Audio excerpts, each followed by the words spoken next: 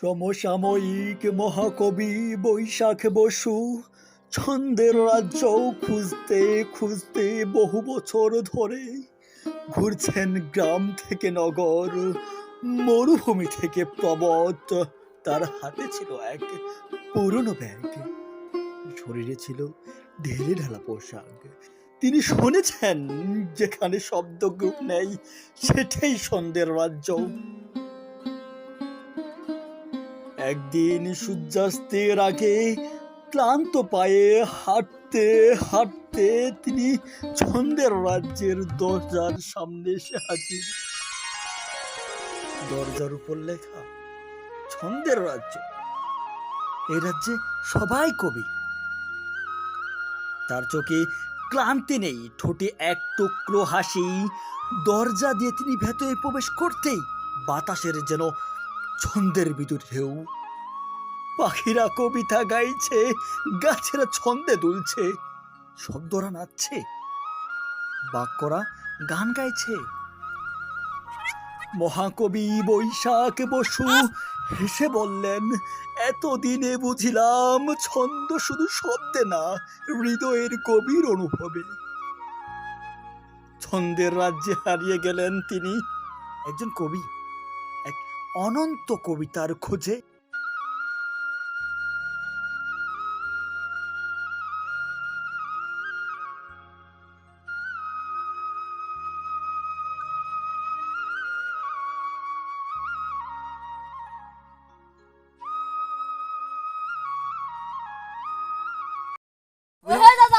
এই কাঠফাটা রোদে কাজে ছিলেন মাঠে, এবার একটু জিরিয়ে নেন গাছতলায় বসে।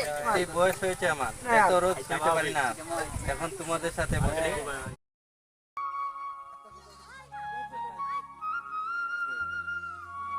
এত যদি ধরে রোদে, কে বলেছে যেতে মাঠে কে বসে থাকবে? তুমি কাজ করবে ছেলে পেতে।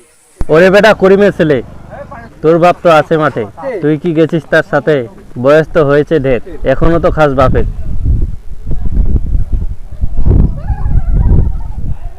বললাম তার ভালোর জন্য, শোনাই দিল ছিন্ন মিন্ন।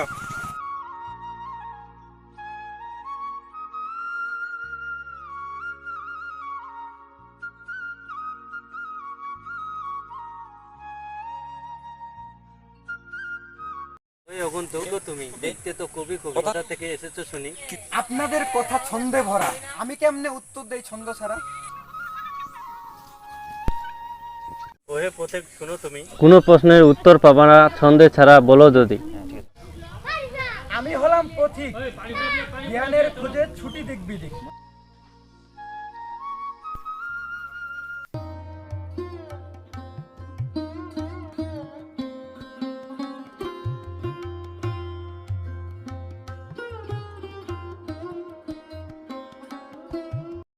কাজ থেকে এলাম এত বেলা করে, রান্না হয়নি এখনো তোমার, না খাইয়ে মারবে কি আমারে?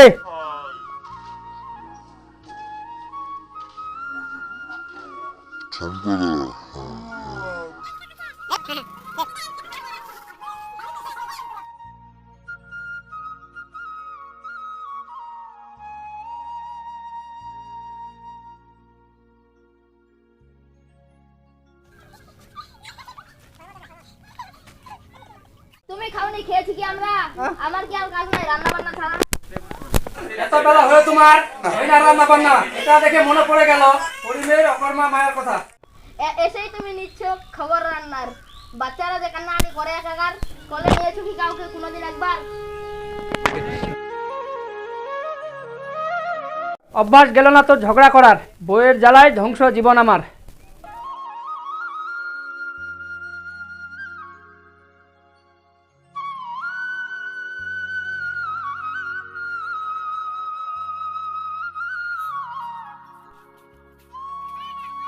কি এক আজব রাজ্য, চরণে বলন, ঝগড়াঝাটিতে শুধু ছন্দ আর ছন্দ। হাঁটলাম অনেক পথ, শুনলাম অনেক ছন্দ, লেগেছে অনেক ক্ষুধা, খেয়ে নেই কিছু ভালো মন্দ।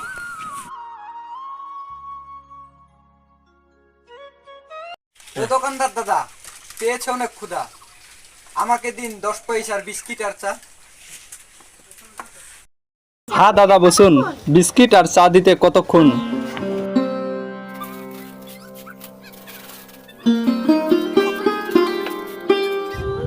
আচ্ছা দাদা শোনেন না, এই রাজ্যে কি ছন্দ ছাড়া কেউই কথা বলেন না? কে গো তুমি? নতুন নাকি? আগে তো কখনো দেখিনি।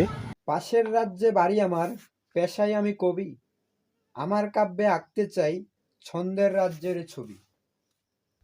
শোনো বাবা বলি, বয়স আমার ৮০, ছন্দ ছাড়া কখনো কাউকে কথা বলতে দেখিনি।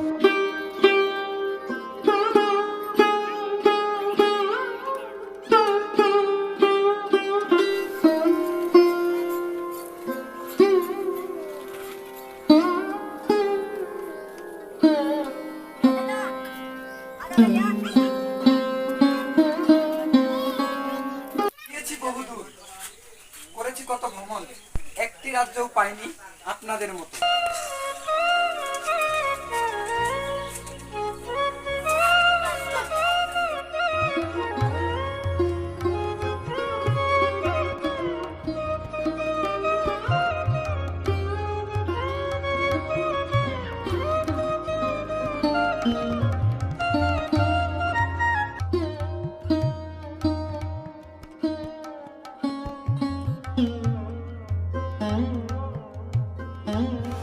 কি কো ভাই, শহরে যাবা নাকি মাত্র 20 পয়সায়? হ্যাঁ যাব, তবে আপনিও ছন্দে বলেন সবই, এটা নিশ্চয় বিস্ময়।